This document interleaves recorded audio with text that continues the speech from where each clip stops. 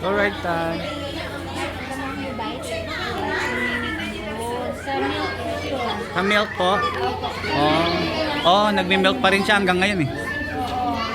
Oh, Tara, too much milk daw, sabi ni Doc. So,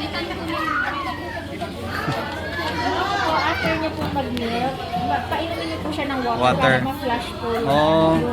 yung acid Sige po. ng milk po. Lalo po yung bunso, breastfed hanggang ngayon.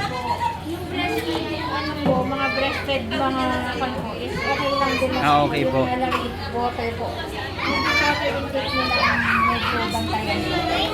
Yeah, at first, after this, I'm going to put fluoride on your teeth, okay?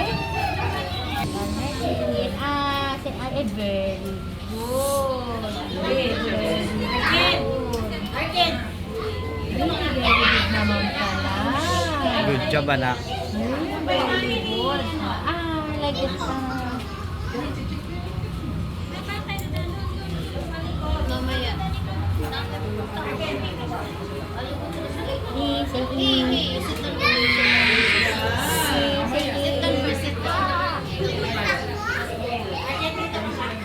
Ayun po, nalagyan na po yung harapan niya ng Okay na. Oh, Okay na. close your mouth na. Close your mouth, sige. Close your mouth.